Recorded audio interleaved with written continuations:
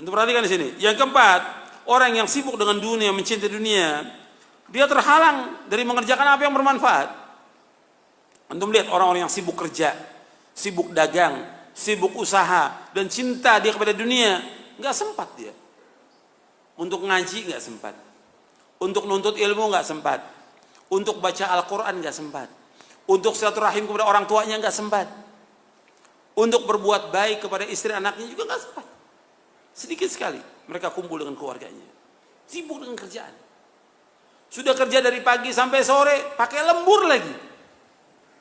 Padahal itu juga nggak kaya-kaya, tetap segitu. Cuma yang dikorbankan apa?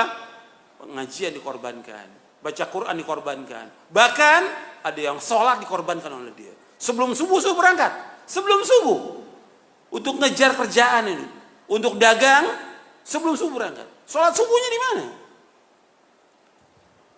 Kalau kita berangkat, umpamanya saya dari Bogor ya ke Jakarta, sebelum subuh saya berangkat. Itu di tol ada musola, ribuan mobil yang lewat, paling cuma berapa orang yang mampir sholat. Itu bisa kelihatan. Apa yang dikejar oleh mereka? Yang dikejar apa? Padahal nggak seberapa, dunia seisinya nggak ada harganya sama sekali. Seandainya orang mendapatkan gaji 1 miliar, 1 miliar, bukan 5 juta, bukan 10 juta, 1 miliar, nggak ada artinya apa-apa. 1 miliar, nggak ada artinya apa-apa. Atas 100 miliar dia punya uang, nggak ada artinya apa-apa. Makanya kita jangan terpesona dengan orang-orang kaya. Kita ini kadang-kadang sibuk melihat orang kaya, Masya Allah luar biasa. Nggak ada artinya apa-apa. Makanya kita ini kalau sudah tahu tentang hakikat dunia, kita akan menghormati orang-orang yang berilmu. Kita menghormati orang-orang yang taat kepada Allah. Kita mencintai mereka, bukan menghormati orang-orang kaya. Orang kaya nggak ada arti apa-apa. Yang dilihat oleh Allah yang mulia itu bukan kekayaannya. Apa kata Allah? Inna akramakum indallahi atqakum. Sesungguhnya orang yang mulia di sisi Allah yang mana? Yang takwa apa yang banyak harta?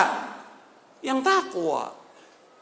Bukan yang banyak harta, bukan yang punya kedudukan jabatan. Kedudukan jabatan sebentar. Ya, dia dikerumuni orang banyak di saat punya jabatannya, di saat dia punya harta.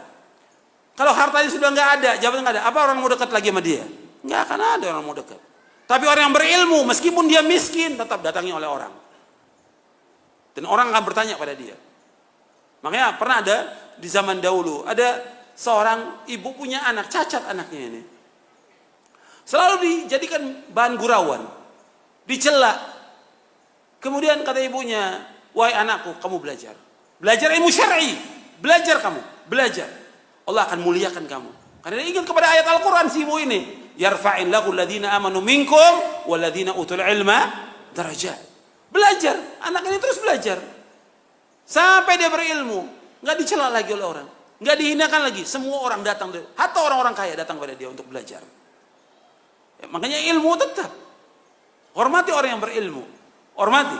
Karena Allah yang memerintahkan demikian dan juga Rasul memerintahkan demikian. Sallallahu alaihi wasallam. Gak ada suruh menghormati orang kaya, gak ada. Kalau menghormati orang yang lebih tua ada dalam hadis Nabi yang sahih. Tapi orang kaya gak ada. Tapi kalau kita lihat, ya orang hormatnya luar biasa. Sama ustadznya salam gak salam dia. La salam wala kalam. Sama orang kaya ketemu, Masya Allah dipegang tangannya. Gimana Pak kabarnya? Baik. Apalagi kalau lihat mobil depan itu mobilnya bagus. Masya Allah. Dikerubutin sama panitia.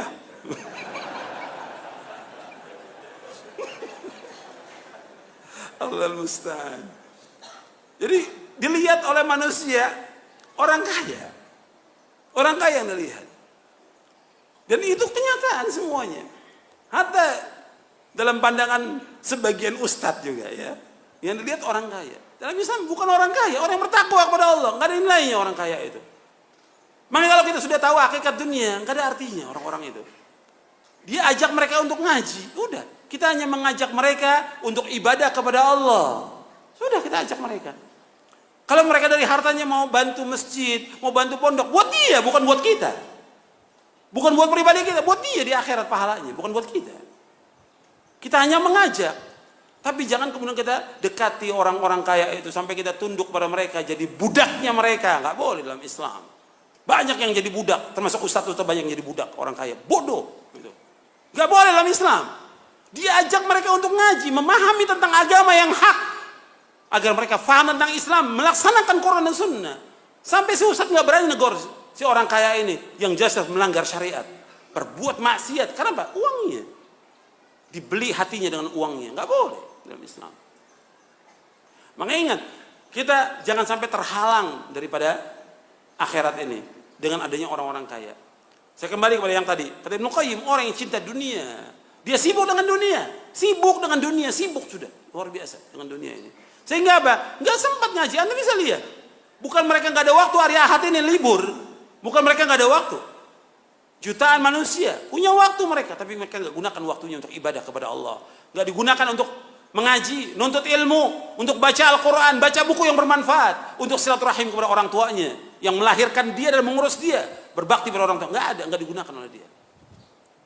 Makanya melalui justru dia di sini sebutkan membuat manusia tidak sempat terhalang melakukan sesuatu yang manfaat bagi dia di akhirat. Akibat apa? Kesibukan dunia. Banyak yang manfaat buat dia ditinggalkan. Padahal yang kita cari semua yang manfaat. Nuntut ilmu bermanfaat. Baca Al-Quran manfaat. Silaturahim kepada orang tua manfaat. Dan yang lainnya lagi. Itu banyak tidak digunakan oleh mereka.